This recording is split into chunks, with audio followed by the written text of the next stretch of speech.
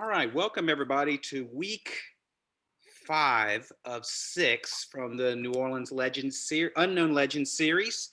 I hope if you're joining us again that you enjoyed Dave's presentation on Clarence Williams. Next week we will have Spencer Williams. Actually, I think that's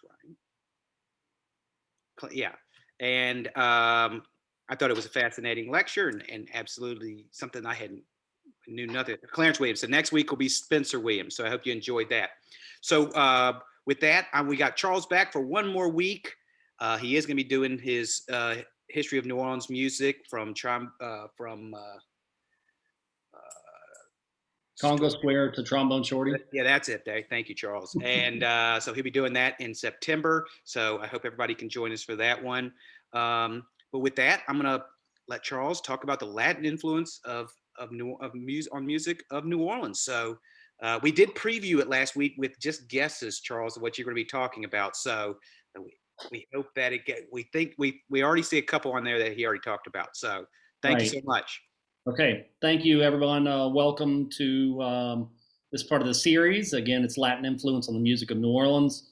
And I realize the series is titled Unknown Legends, but I must admit that most of the artists that we're going to focus on tonight are pretty well known. It's just this subject is not really basically presented in kind of a comprehensive way. And so this is what I intend to do tonight. And this is also one of my favorite subjects in New Orleans history, in part because as a musician and a music historian, I'm always searching for what makes New Orleans music distinct within the United States, and then also the cultural connections to the larger world. And so, in my opinion, as a historian and a musician, this is a really interesting connection of New Orleans to Latin America and the Caribbean, and then even globally to understand all this. So just quickly here on the intro panel, we have depiction of Congo Square,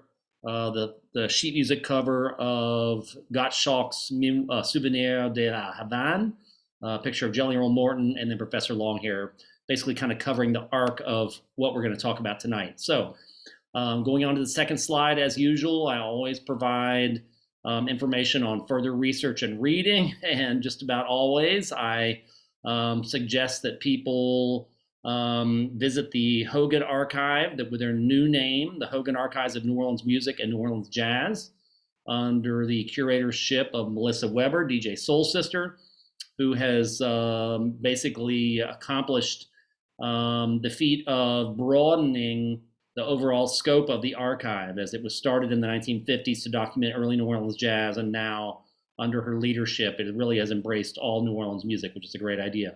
But the Jazz Archive historically has published a scholarly journal, The Jazz Archivist, and within the series that is available on this link right here through the digitallibrary.tulane.edu, they have all this series that have been digitized as PDFs.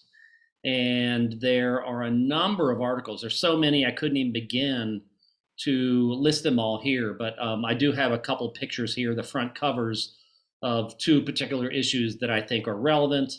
And so, for example, this one is the Jazz Archivist from sometime in the early 90s with an article by local preservationist historian Jack Stewart, also one of the founders of the New Leviathan, Oriental Foxtrot Orchestra, which plays a lot of the music we mentioned tonight.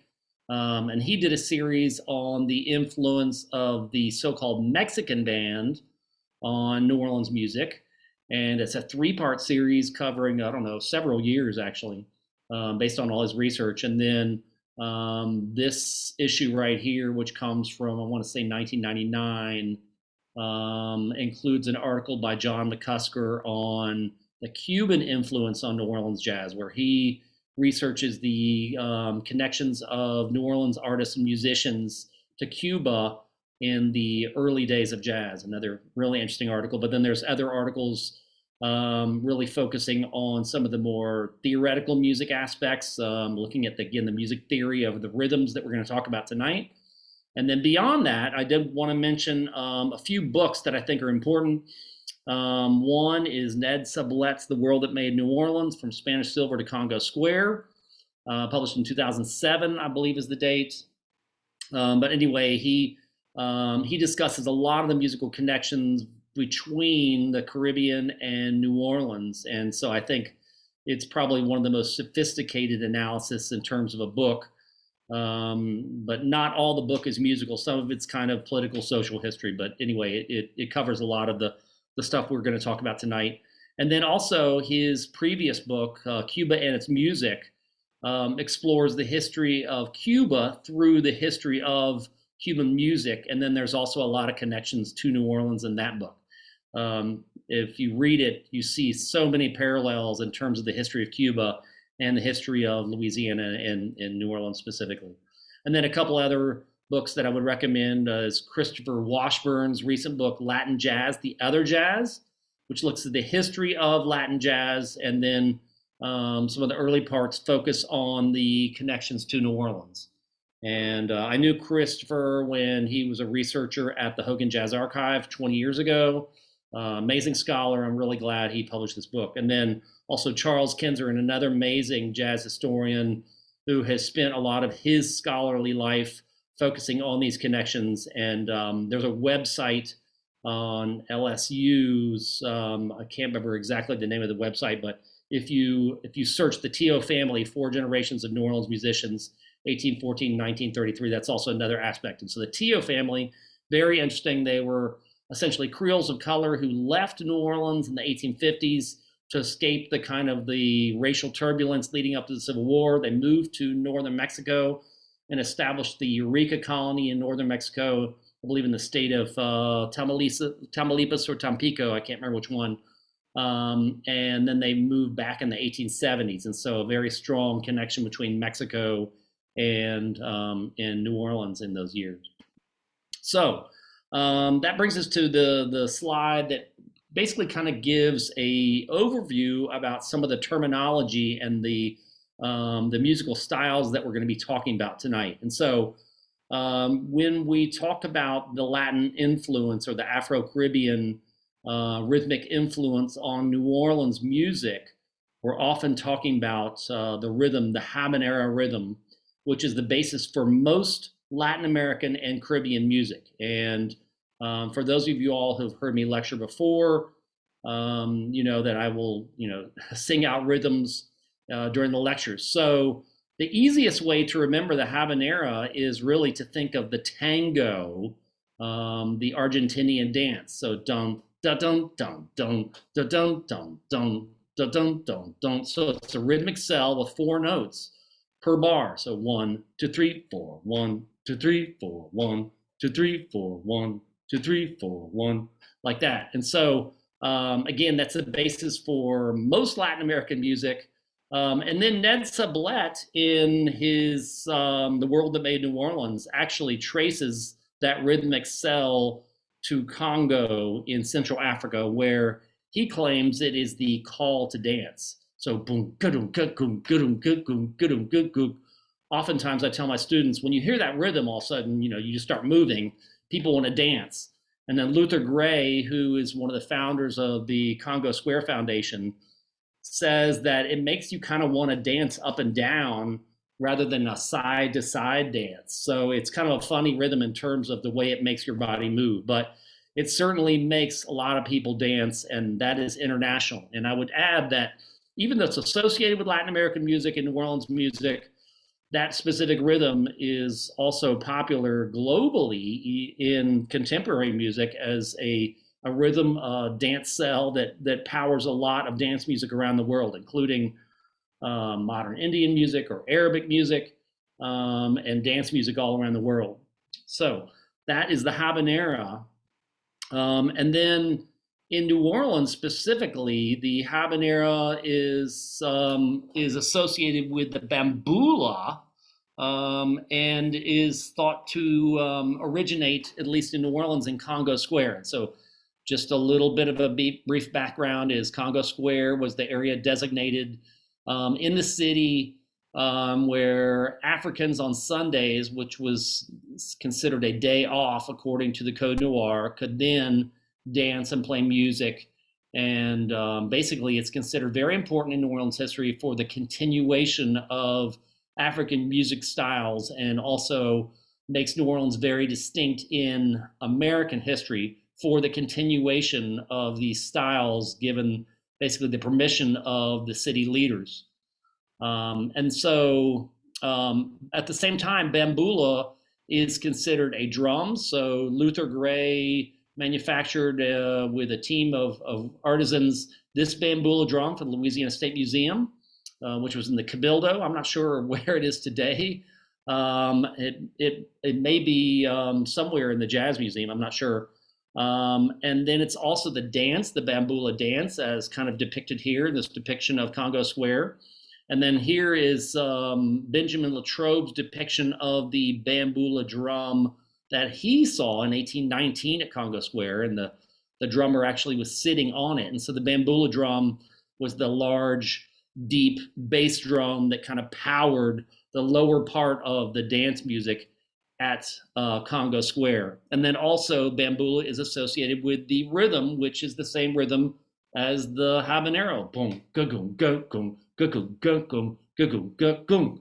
And so internationally, in Latin America especially, in the 19th century, several music styles and dance styles developed that were all based on that rhythm. And so these include the tango or the tango out of Argentina, the danzón out of Cuba, the cumbia style out of Colombia, and the bolero style out of Mexico. And just briefly, I would say that the tango was actually the name applied by Spanish authorities to African dances in New Orleans. And so Ned Sublett says that in his opinion, the first written example of that term was applied in New Orleans. And basically they were trying to control the tango dances that occurred on Sundays at Place Congo. And then danzón essentially emerged in 19th century Cuba as kind of a polite society dance. It was not really a poor or working class dance, but it used that same rhythm. Dun, dun, dun, dun, dun, dun, dun, dun. And then cumbia developed similarly in Colombia around the same time. It's considered a mixture of indigenous and African rhythms with Spanish melodies. And then the bolero also developed in Mexico as kind of música romántica, romantic music. So if you hear Mexican romantic music, you'll often hear the bass line, dum, dum, dum, dum, boom, boom, boom, boom, boom. So that, again, that rhythm repeats itself. And then a variation of the habanero is a rhythm called the tresillo, which is a 3-note per bar variation of the habanero. And let me just give you an example. So the habanero would be bum, bum, bum, bum, 1, 2, 3, 4, 1, 2, 3, 4, 1. And the tresillo would be a variation of that with 3 notes. So 1, 2, 3, 1, 2, 3, 1, 2, 3, 1. And then ironically, that rhythm is also very popular internationally in global pop music. If y'all are familiar with the English artist Ed Sheeran, he uses it a lot. The Afrobeat style out of England uses it a lot. A lot of African music uses it a lot. And then internationally, again, coming out of Asia, you'll hear the tresillo rhythm a lot. And so also developing in the late 19th century and the early 20th century are variations, and that includes the machixe, which is a variation of the Brazilian samba, and that developed in Brazil in the 1860s out of the basically a tresillo rhythm. Dun, dun, dun, dun, dun, dun, 1, 2, 3, 1, 2, 3. And then the tango or tango from Argentina also developed in the 1860s. And both of those, the machixe and the tango, became internationally popular in the 19 teens and also had a big influence on early jazz. So I hope that gives you all kind of a brief overview about some of the variations of the rhythm and the names that were applied to those rhythms that influenced New Orleans. And then I will add that I'm not going to play these videos, but the bambula is also associated with the music of the Virgin Island, the American Virgin Islands, where it's considered an important part of their culture. where when they have folk festivals and dances, you'll see women dancing in white.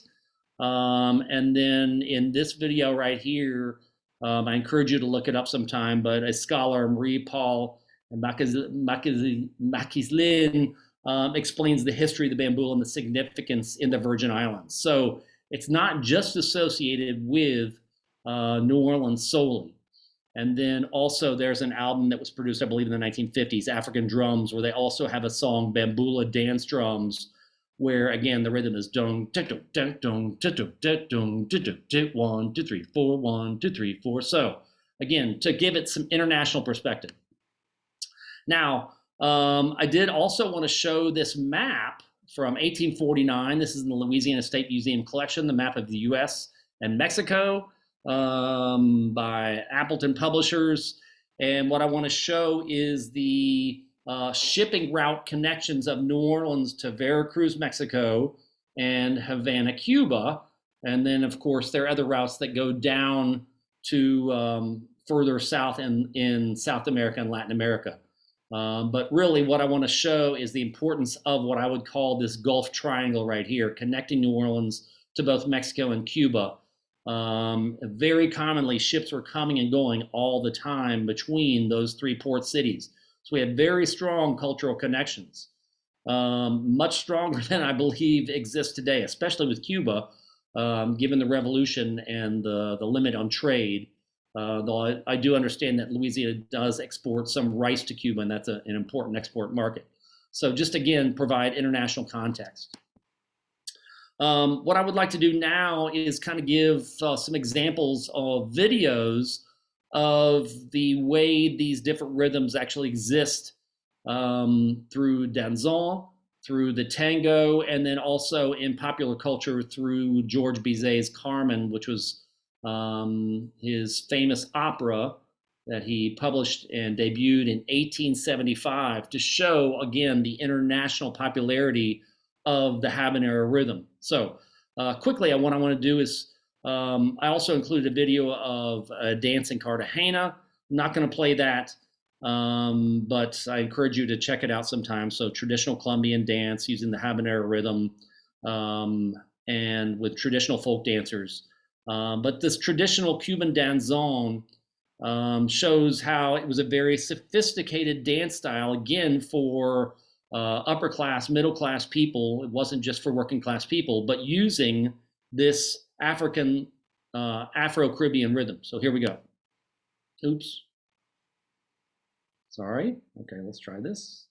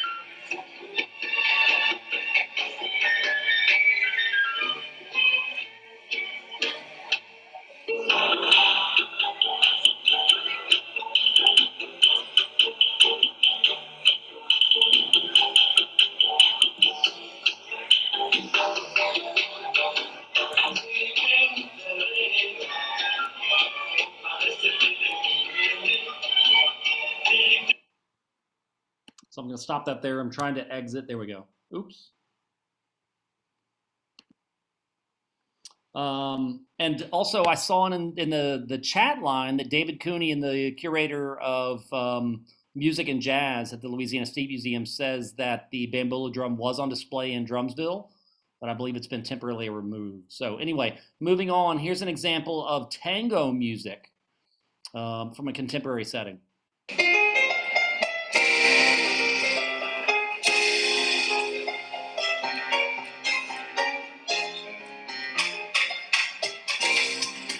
So So very clear habanero rhythm. Take a cut one.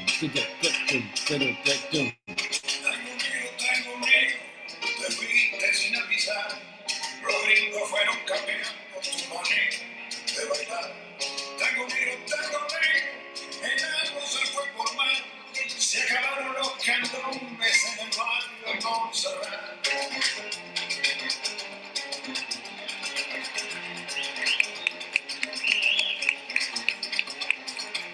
Más tarde fueron saliendo en compases de carnaval. So I'm going to stop that there again, showing the international influence of tango music. And then here's a scene from Carmen just to show you the popularity of that rhythm internationally. So by 1875, it had made its way to France, where it influenced Georges Bizet, and now Carmen is perhaps one of the most popular or well-known operas internationally. And I'm going to kind of jump to the end here, where it really shows the rhythm.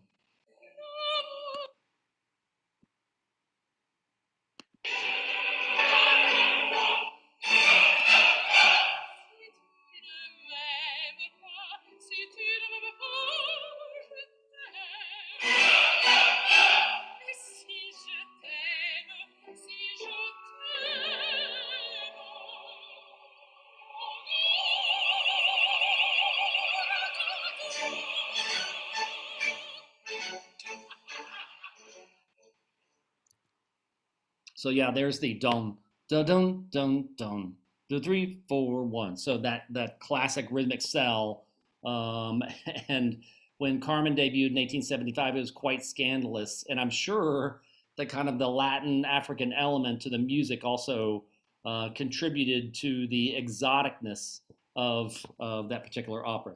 So that brings us to New Orleans now and the influence of all those rhythmic styles as the way it played out in New Orleans. And so we know the bambula rhythm existed at Congo Square based on knowledge and descriptions, or we assume or think that it did.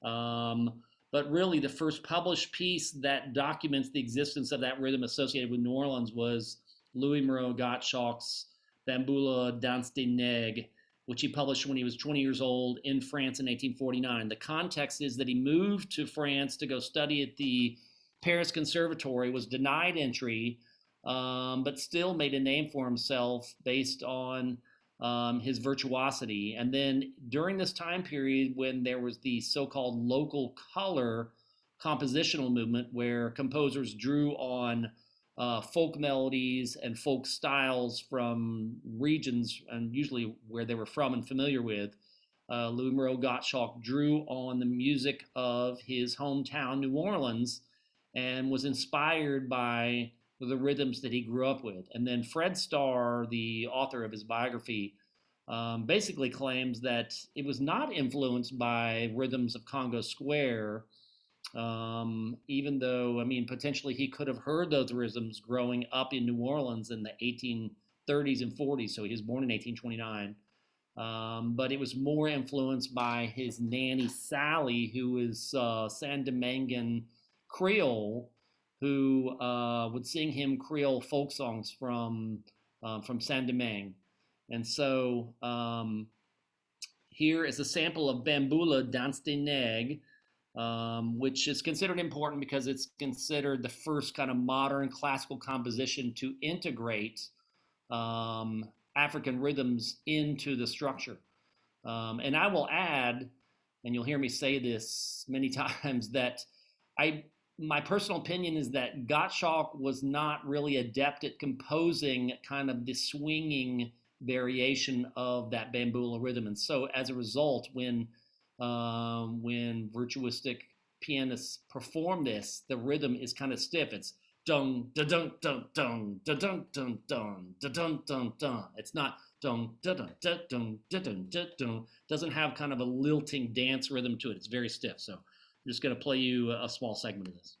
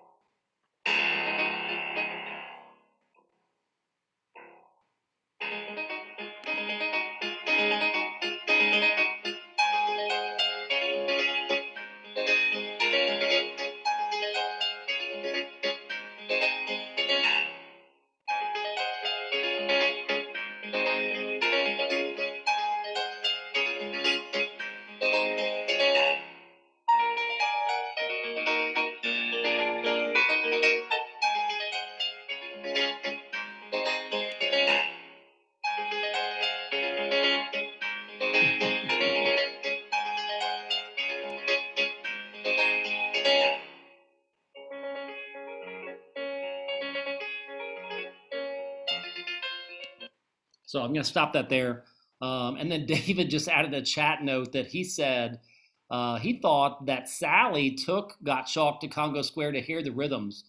And I don't know if that's true or not, but basically Fred Starr has argued that he was not influenced by Congo Square. So I suppose there needs to be further research. And David, if you know anything, please let us know. I'm just basically going on Fred Starr's research, and I think it's fascinating conjecture. I mean, I think if you existed in the French Quarter during that time, based on the way Benjamin Latrobe described the way the sound carried, you could easily be in the French Quarter and hear those rhythms. You didn't even have to necessarily go to Congo Square to hear the rhythms. So it could have been a matter of all three of those, of her singing songs, him listening on the street, and then maybe even Sally taking him there too. So anyway, regardless, so Bambula uses the left-hand rhythm of the piano of the habanero rhythm, don, don, don, don, don, but very stiffly, and then the melody is the kind of theme and variation of da da da da da da da da da da da da da da da, which is based on this Haitian Creole folk song when the potatoes are cooked, when the patates sont cuites, I believe is the official title. So anyway, that's 1849, the earliest interpretation of that rhythm in New Orleans. And then I'll argue that basically by 1857, Gottschalk had traveled throughout Latin America, beginning in 1853, and had spent a lot of time in Cuba. And he did publish Souvenir de la Havane, which, in my opinion, he really improved his ability to depict the more danceable quality of the habanero rhythm. And I think it was probably because he had been exposed to this danzon style, which I would attribute the Souvenir de la Havane to a typical kind of Cuban danzon parlor dance music style. And I had a student last semester when I was teaching New Orleans music history, and she teaches Latin dance. And I asked her to compare the danceability of Bambula to Souvenir de la Havane, and she agreed that Souvenir is much more of a kind of a lilting rhythm that's easy to dance to. So let's listen to that.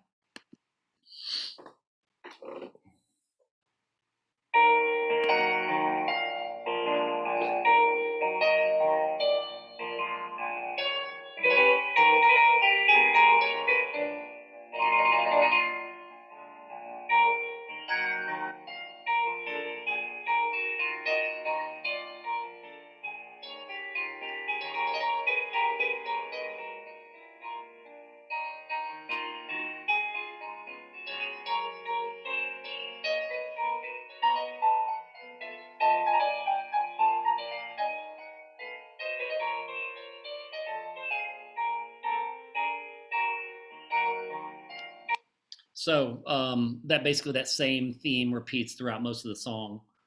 And again, I think a great improvement in his ability to interpret that rhythm. And then also, I would add that he also composed Souvenir de Puerto Rico. And also in Cuba during this time, he performed what was known as the Monster Concert with a huge orchestra of over 600 musicians that included Cuban hand drums, which were outlawed in Cuba at that time. And Ned Sublette talks about this time period in Cuban history, Cuban music history, and the impact of Gottschalk. So we're going to move on from Gottschalk, and that brings us to Basile Barrès, who was a composer that we discussed in the first lecture that I had provided for the 19th century composers. And he was born enslaved in New Orleans, and then after emancipation, he published rather prolifically, but he did actually publish some pieces when he was enslaved as a young man. So considered kind of a child prodigy and raised in a music shop in New Orleans. But one of my favorite pieces by him is the Los Campanillos, which I would ascribe to the same genre as Souvenir de la Havane, which is like a danzon, a Cuban danzon style piece with the left hand of the bass would be the habanero rhythm, and then the right hand would be the pretty melody that he wrote for this. So let's listen to that.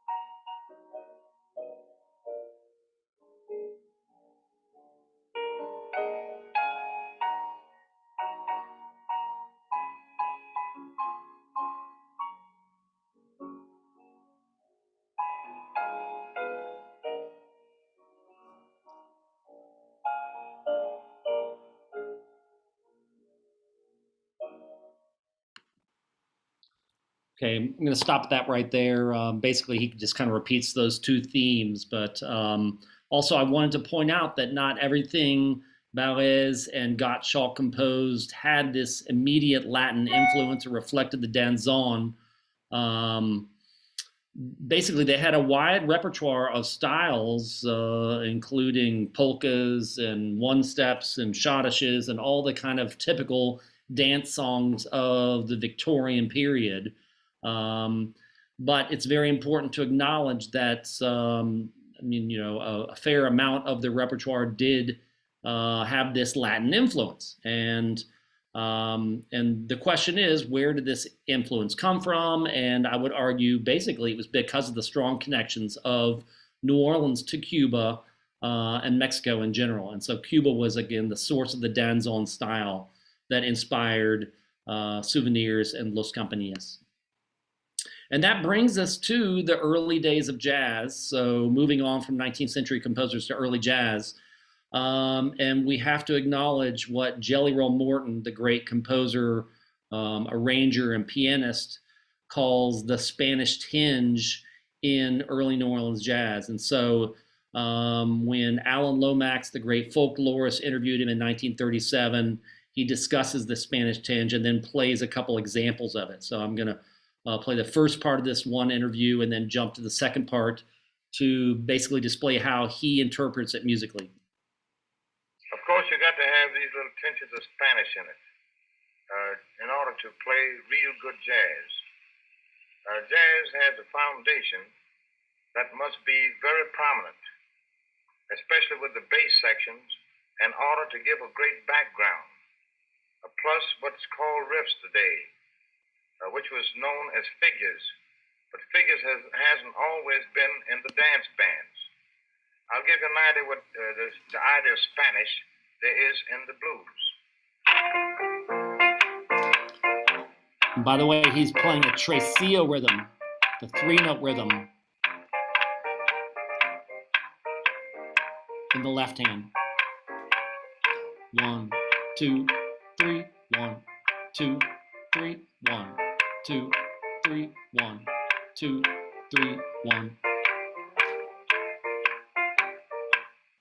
This particular tune, I wouldn't be honest.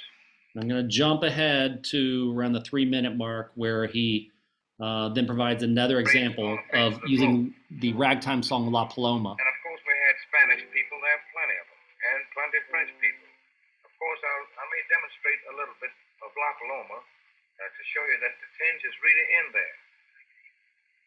So La Paloma was a Scott Joplin ragtime song that was influenced by a Latin style with, again, a tresillo bass. And he actually plays a kind of a habanero, the 4-note bass in this section. That would be the common 1, time, 2, 3, 4, 1, 2, 3, 4, 1, 2, 3, 4, 1. I hope this is quite clear to you. See, only one is the blues. The differentiating in these things, it comes from the right hand. You play the left hand just the same, but of course blues, you get a syncopation in there. It gives it an entirely different color. It really changes the color from red to blue.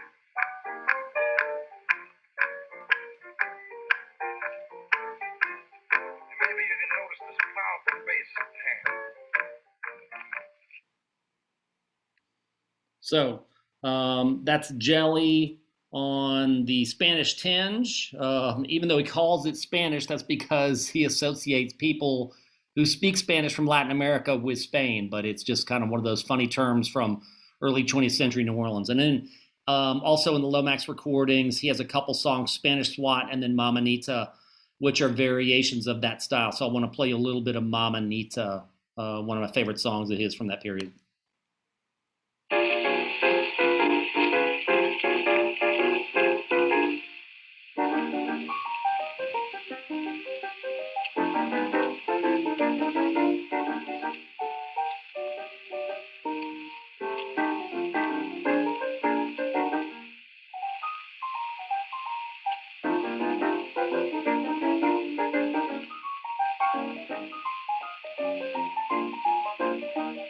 So here he goes with a Traceo rhythm in the left hand. 2, 3, 1, 2, 3, 1, 2, 3, 1, 2, 3, 1, 2, 3, 1.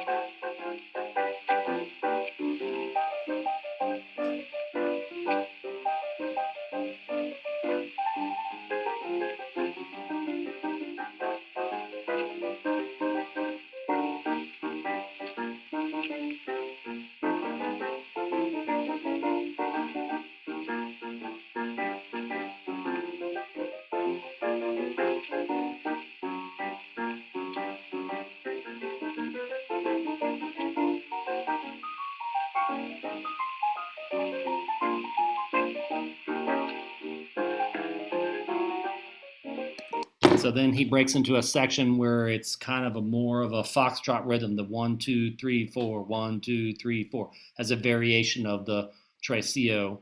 But to conclude the jelly influence, it's very important how he pointed out that blues in New Orleans at that time was really characterized by having that Latin left hand and then the blues syncopation in the right hand. And then Mamanita is also an example of that. So I would say within the United States, especially, it really makes New Orleans stand out and also represents an important thread. One of the themes of this presentation is the thread of that left hand, that Latin left hand on the piano, from Gottschalk to Jelly Roll Morton, and then some of the mid 20th century rock and roll artists that we're going to come to.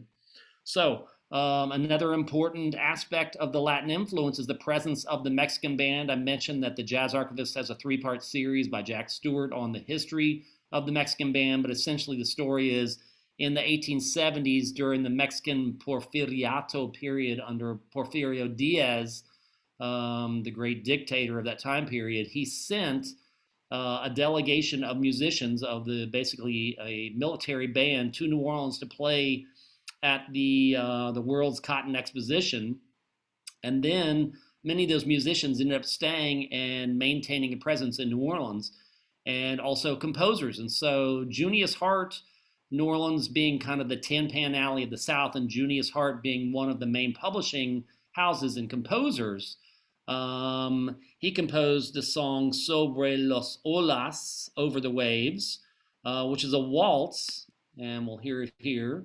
Juventino Rosas. Sorry, Juventino Rosas was the composer. Junius Hart was the publisher.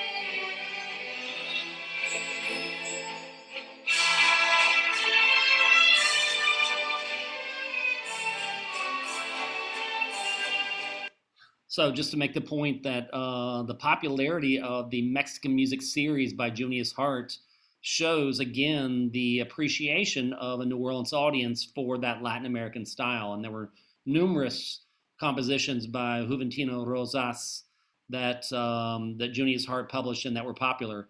But Sobre las Olas, probably the most popular. I asked my students if they recognized that song. None of them did, which I find funny because I think for our generation of the baby boomers, we often identify it with the Flying Trapeze song. So anyone want to comment on that? I'd be amused.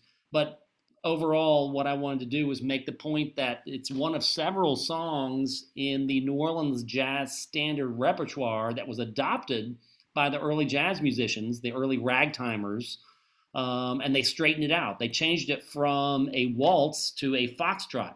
So we're going to play a segment of Preservation Hall Band from the late 60s playing Over the Waves, but as a foxtrot, a New Orleans jazz standard.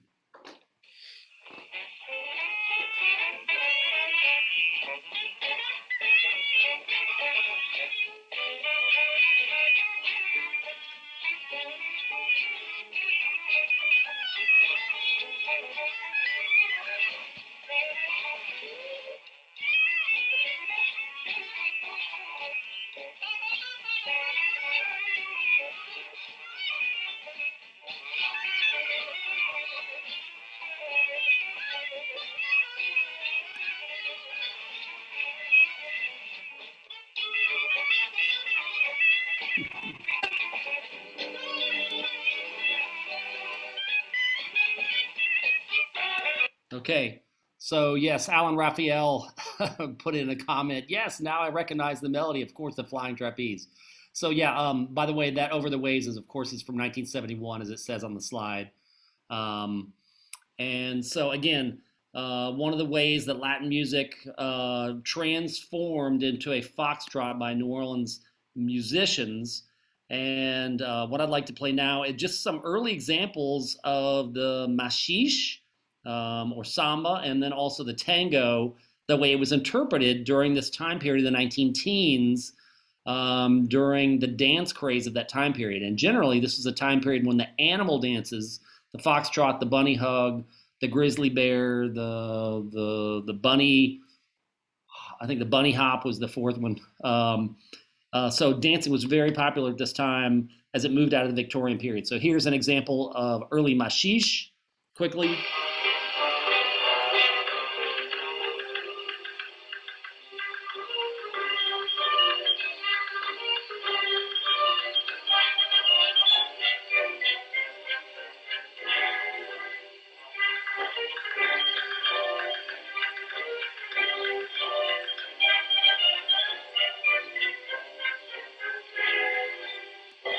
So machiche is often considered a variation of the tresillo rhythm, and then it developed further into the samba, both associated with Brazil. And here's how to dance the tango from 1915.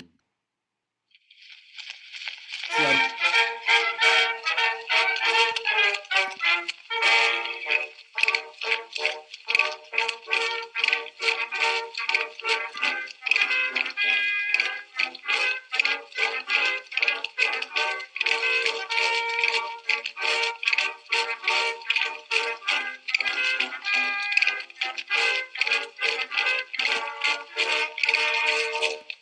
So again, that gives you a kind of an idea about how those Latin styles were interpreted during the 19 teens when jazz was also first coming around.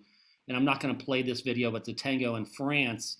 And incidentally, I did talk to an older Frenchman who told me that his parents, all they did was listen to tango. So again, that reflects the international popularity of those kind of Latin styles in the 19 teens as jazz was just beginning to develop. Sorry. Okay, moving on. And Panama is another song that started as a Latin song and then developed into a New Orleans jazz standard. And the melody is da da da da da da da da da da dee dee dee dee dee dee dee dee dee dee dee dee dee dee da da dee dee dee dee dee dee. And it started out as a machiche. I could not find a real good version of the machiche version of Panama, but I'm going to play you George Lewis Live, which I believe is probably from the late 50s, early 60s, I think pre-Preservation Hall, with Kid Avery Howard on trumpet. It's a really good version, actually. So here we go. This is the foxtrot version of Panama, which started out as a machiche with a tresillo rhythm.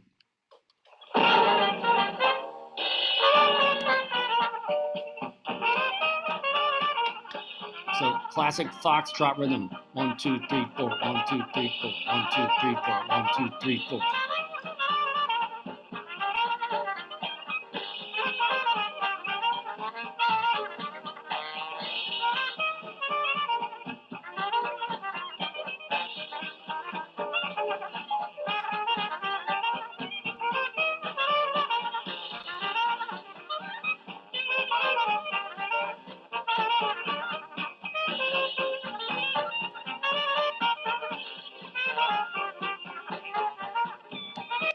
So I'm going to stop that there, move on.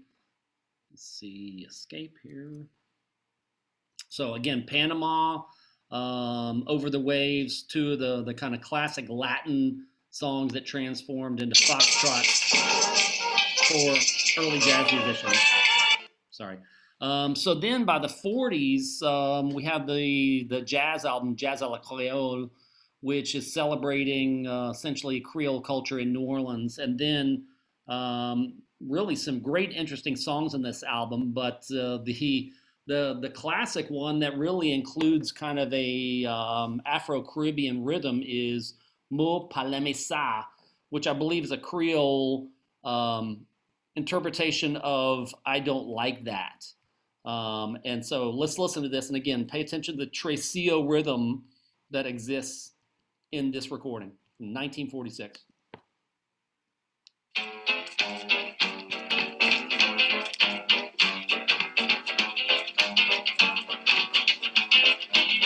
So here's the tresillo. 2, 3, 1, 2, 3, 1, 2, 3, 1, 2, 3, 1, 2, 3, 1, 2, 3, 1, 2, 3, 1.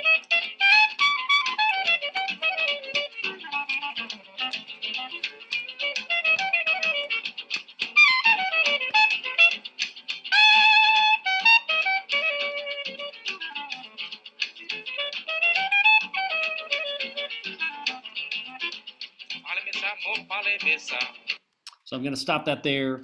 But I did want to make the point that Albert Nicholas and Pops Foster, Baby Dodds, these musicians on the album had played all around the United States and perhaps internationally, even at that time, going to Latin America. But the album itself, again, was celebrating Creole culture, and the fact that Ma Poleme Sa has that tresillo rhythm really, in my opinion, is making a connection of Creole culture to the Caribbean and kind of the exoticism of Creole culture as a variation of the jazz style. So very interesting thread. Again, if we're continuing the thread of the Latin influence throughout the 20th century and now entering the 1940s. And of course, that brings us to one of the most famous of all, which is Go to the Mardi Gras by Professor Longhair, first recorded in 1949 at J&M Studio. And basically, Professor Longhair is known for having the tresillo rhythm in his left hand, dong, dong, dong, dong, dong, dong, dong, dong, dong, dong. It's kind of the classic left bass hand that he plays. And I know all of y'all know Go to the Mardi Gras from 1959. That's the one you often hear. I see now that even though I uploaded it earlier today, the video is unavailable. Let me play you a little bit of the 1949 version just to give you an idea of that sound.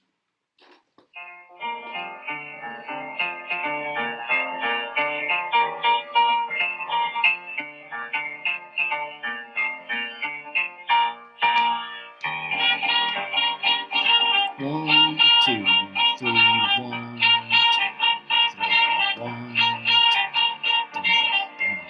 2, 3, 2, 3, 1. So I know y'all know that song. It's the 1949 version is much rawer than the 1959 version that you usually hear at Mardi Gras. And the question is raised, how did Professor Longhair come to play this style? And he says that he was influenced by bands he heard in the 1930s that played the rumba style. And so rumba was a term used for essentially Cuban music in the swing band period of the 1930s. And so, a lot of swing bands would have their rumba numbers, just like 19th century composers would all have their danzón numbers. So it's not completely unheard of for him to be exposed to that. And again, this is still a time period when New Orleans had strong connections to Cuba. So anything's really possible. In many ways, I don't know if we'll ever really know where Professor Longhair gained that influence, being born in Bogalusa, but then spending time in New Orleans. And then Big Chief, y'all know Big Chief from 1964, also uses that same rhythm. And given time constraints, we're running a little bit behind. I'm going to refrain from playing Big Chief, even though it's one of my favorites, Professor Longhair and Mardi Gras songs, and I know y'all know it. But just to say that most of Professor Longhair's music includes the tresillo rhythm in the left hand. And it's really what defines his style as being unique. And also, it's very important to acknowledge again that thread of the Latin bass in the left hand of the piano that continues from Gottschalk to Jelly Roll Morton to Professor Longhair.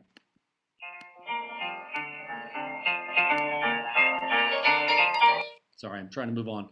So that brings us to the 1950s when the mambo became super popular in the United States and even internationally, along with the cha-cha.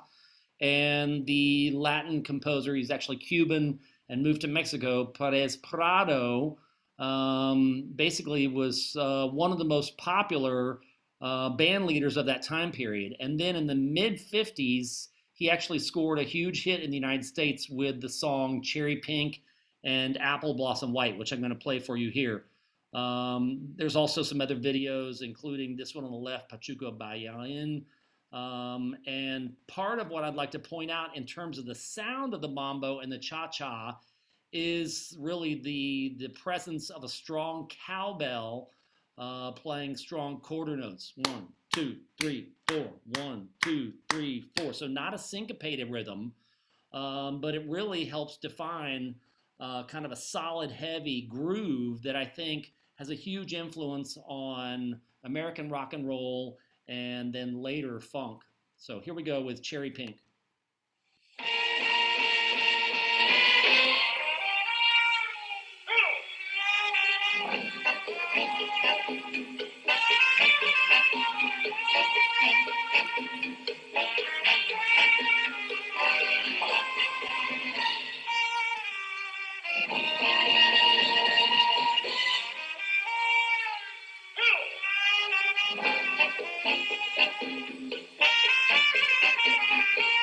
So again, you can hear the strong cowbell in the song.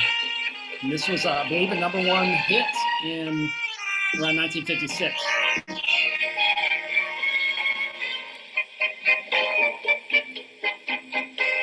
So I love that song. I love most of Perez Prado's music. And that brings us to the way, sorry, I have to switch slides here, but the way it influenced rock and roll in New Orleans, or the precursor to rock and roll, which was labeled rhythm and blues. And so Dave Bartholomew, the producer and band leader from the 1950s, really the master behind a lot of those big beat rock and roll hits that came out of New Orleans in the 1950s. He had a pretty big R&B hit, Country Boy 1950, which I'm going to play you a little bit of, and pay attention to the horn line because the horn section uses the tresillo rhythm. And then there's a great quote from him explaining that. So here we go. Country Boy 1950.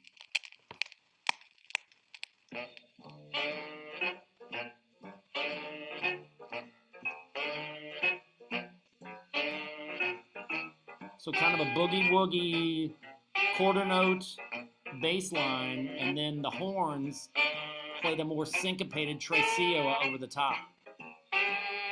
1, 2, 3, 1, 2, I'm a 3. little country boy running wild in this big old town.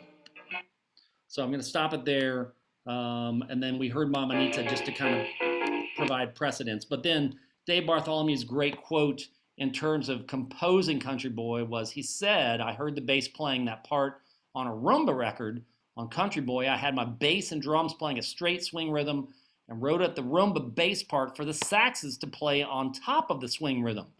Later, especially after rock and roll came along, I made the rumba bass part heavier and heavier. I'd have the string bass, an electric guitar, and a baritone all in unison. So he really took that idea, the bum, bum, bum, boom, boom, boom, boom, boom, that tresillo rhythm, but he basically tripled it up with the string bass, the electric guitar, and the bari sax, really, I think, helping to define a lot of the power of the big beat sound that came out of New Orleans then. And then there's 3 songs that he made that I think all have a kind of a strong Latin influence in terms of the music or the lyrics and themes. And then on Acubanas, the third one, it sounds to me like he was trying to write a song that sounds like Cherry Pink, and Apple Blossom White. So I'm just going to play quickly sections of these 3 songs. So Carnival Day with a Mardi Gras Indian reference, but the music actually sounds very Caribbean. So here we go.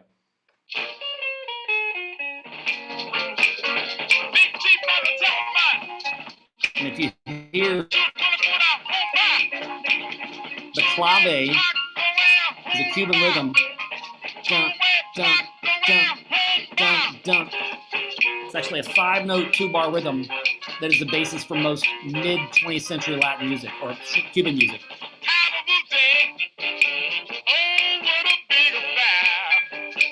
So, again, a heavy Cuban influence on that one, and then Shrimp and Gumbo. If you listen, heavy cowbell, which to me would signify the heavy influence of mambo music at this time. And so this is 1956.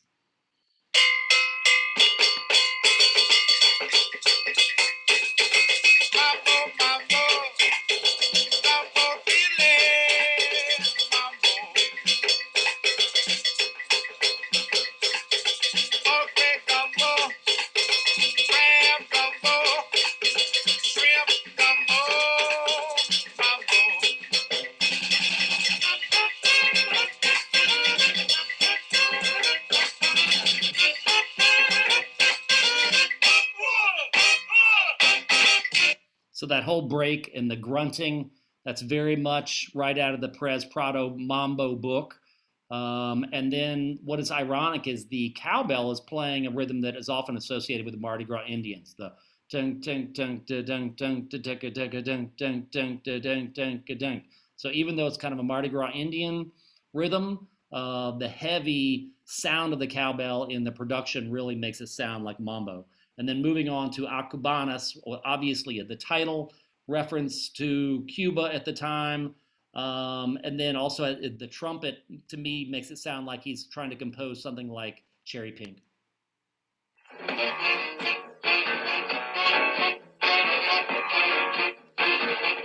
Cubanas, buy bananas.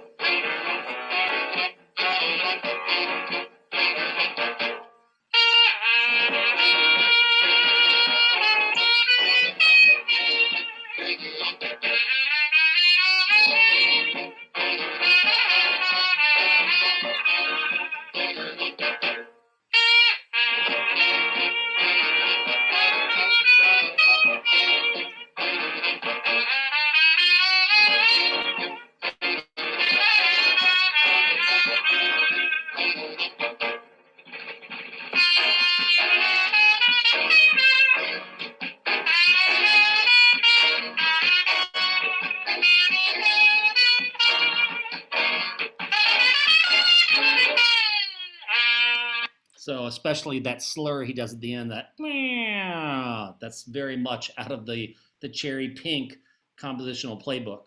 And Dave Bartholomew, again, this is a time before the Cuban Revolution, admitted that they would make trips to Cuba to play music on excursions, boat excursions. And so it was not unheard of for New Orleans musicians to travel to Cuba at that time and be influenced by that. Sorry, it takes me to run through the videos in order to get to the next slide. But anyway, that brings us to another influence of the mambo, and that is on the great Mardi Gras classic Mardi Gras Mambo, recorded by Art Neville and his band the Hawkettes in 1954. And it was inspired by a country music song by Jody Levian's Mardi Gras Mambo. They changed the lyrics to be more about Gert Town. And so the attempt was by John Boudreaux, the drummer, to create kind of a mambo rhythm. And it was a 7-piece band at the time. My personal opinion is that John Boudreaux is an amazing drummer, a great legend, but when he was that young, I don't think he had studied mambo drumming all that heavily. So let's listen, see what you think.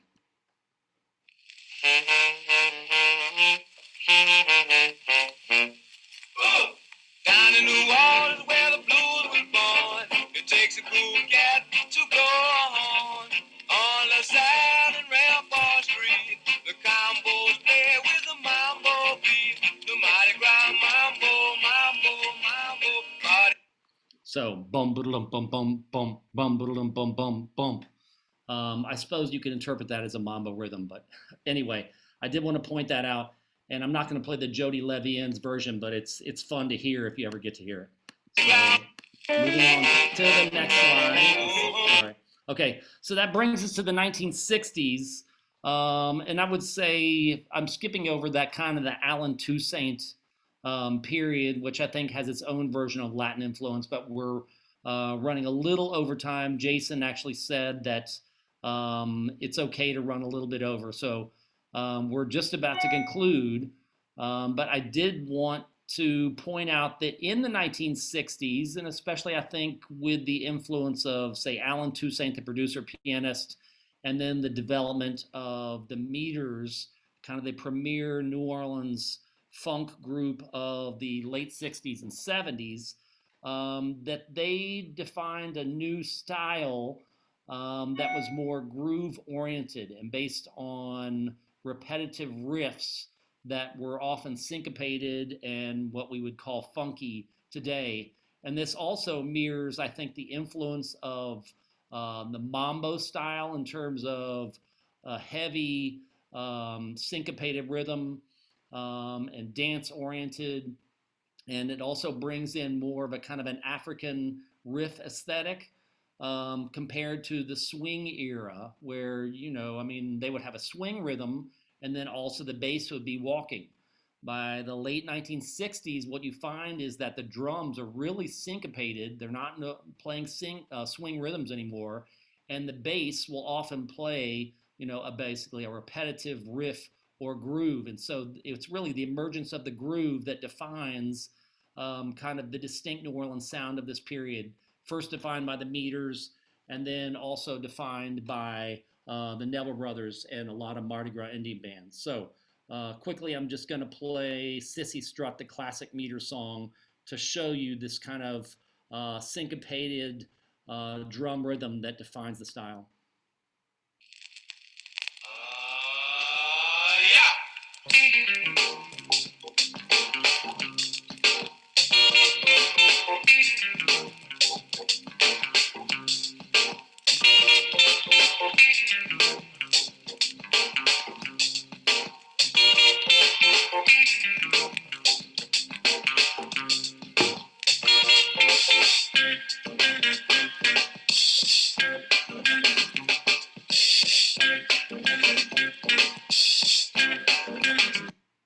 So I'm going to stop that there. I did notice in the notes that David Cooney, and again, the curator at the Louisiana State Museum, considers the Mardi Gras Mambo rhythm perhaps a rumba.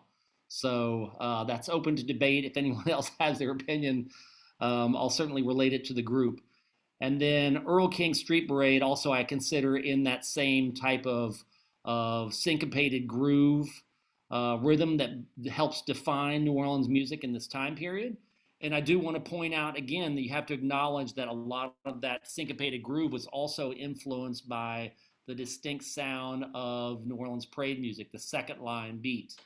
So basically, you have a drummer like Zigaboo Modaliste or John Boudreaux or Smokey Johnson who are sitting at a drum kit, a full drum kit with a snare and a kick and toms and a hi-hat. And they're basically incorporating the sound of a second line, but in a very funky, dancey way that appealed to this new generation of young people who liked that funk sound. And then I'm gonna almost end with a clip from 1974 to kind of show the culmination of that funk groove style.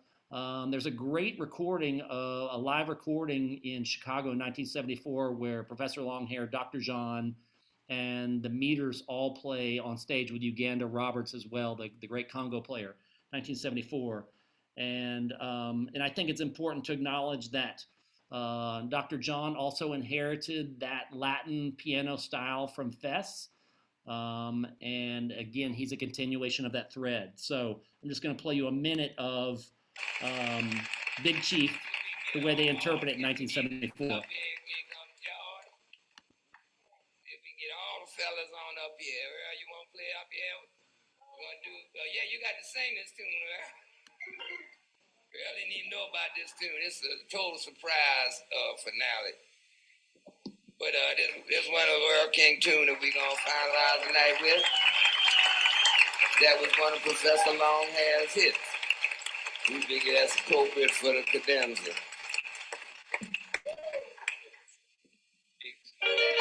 So yeah, just pay attention to Fess's piano. Pretty cool.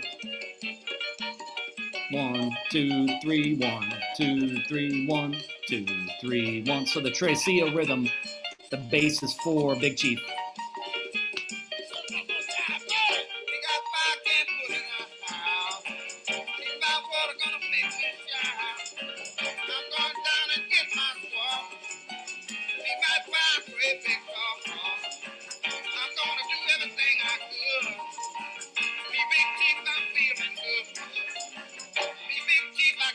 So I'm going to stop that right there. And also I wanted to point out Uganda Roberts on conga, incorporating hand drums also became part of the groove aesthetic in New Orleans during this time period. And moving on, we're going to conclude with kind of the question, where is the Bambula Habanero Tresillo today? And then I always ask the question, what artists are continuing the piano tradition? Honestly, I think in some ways this tradition is in danger of not being passed on enough. But you do have several artists who continue to perform in that style. Harry Connick Jr., Ivan Neville, Tom Worrell, who is, in my opinion, one of the greatest kind of Professor Longhair style artists, John Cleary, DeVell Crawford. And then again, I asked, is the distinct Afro-Caribbean New Orleans piano tradition a dying art? And then I want to play this one video right here. This is the last video, and this is Tom Worrell, the great pianist, with Uganda Roberts playing Tipatina. I can see him singing that song right now, you know. You ran back and swinging them arms, you know. Yeah.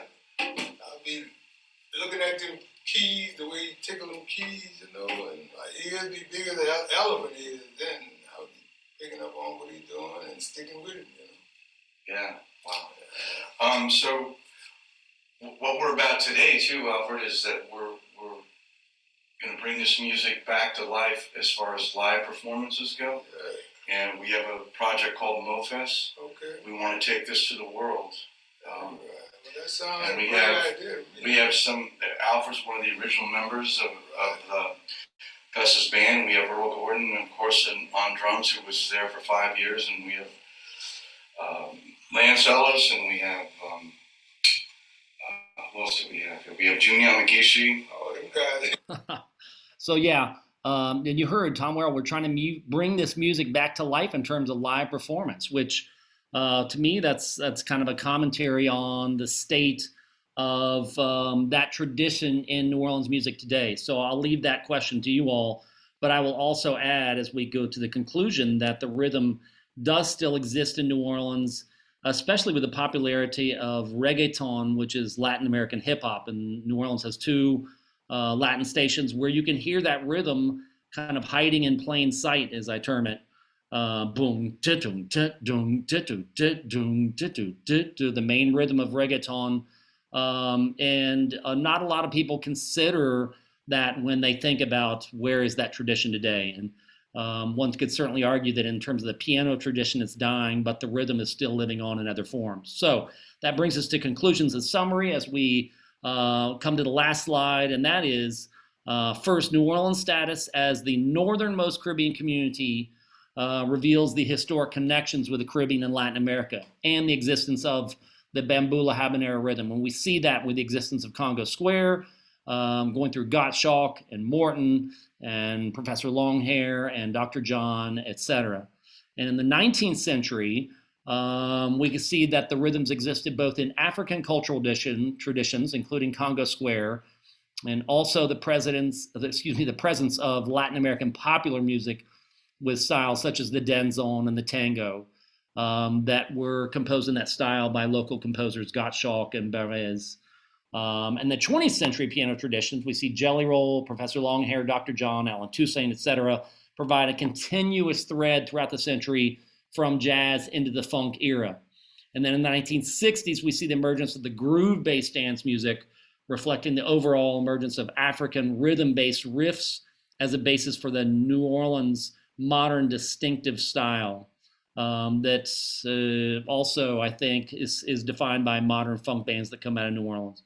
And then I'd say in general that the style in New Orleans, the existence, reflects New Orleans exceptionalism within the U.S., basically meaning that New Orleans stands out in the U.S. as being so different musically because of this tradition.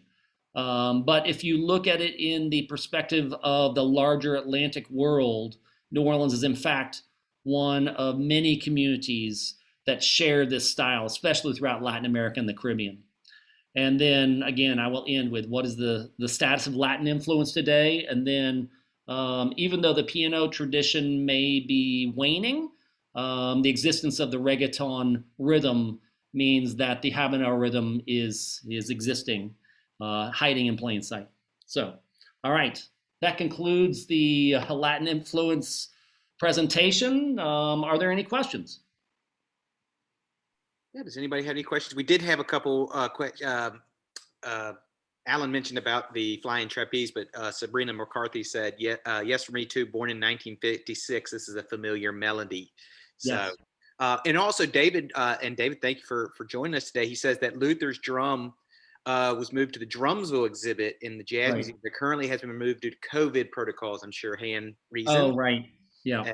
And we will, you can imagine, it's a lot of fun to go bang on that drum. So that's right. so that, I mean, they put it back as soon as we can. So hopefully soon we will. But I don't think we have any questions, and no one's put anything in there. So Charles, I want to thank you for giving us 4 of the last 6 weeks. Really great talks, Yes, and diving deeper into, I know this was, you said that we're more popular musicians, but at the same time, to put it all into one context of these influences, I think is just such a great thing to focus on, and to understand, all of our influences from Cuba and Latin America and everything like that. So I really appreciate it, and we'll see you for the music classes in about 5 weeks or so, maybe a month or so. And then next week, if you haven't signed up, just remember we have the story of Spencer Williams next week.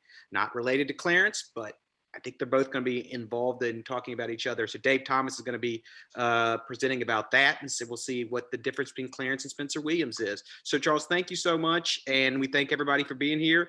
A couple excellence as usual, and thanks. So thank you so much, Charles. We appreciate it. Yeah. Thank you all. Glad to do it, and I look forward to the next presentations in September. So hope to see y'all there. Thanks, Charles. Okay. Thank you, everybody, for attending, and All right. we'll get it to you in the copy tomorrow morning. Thanks. Okay.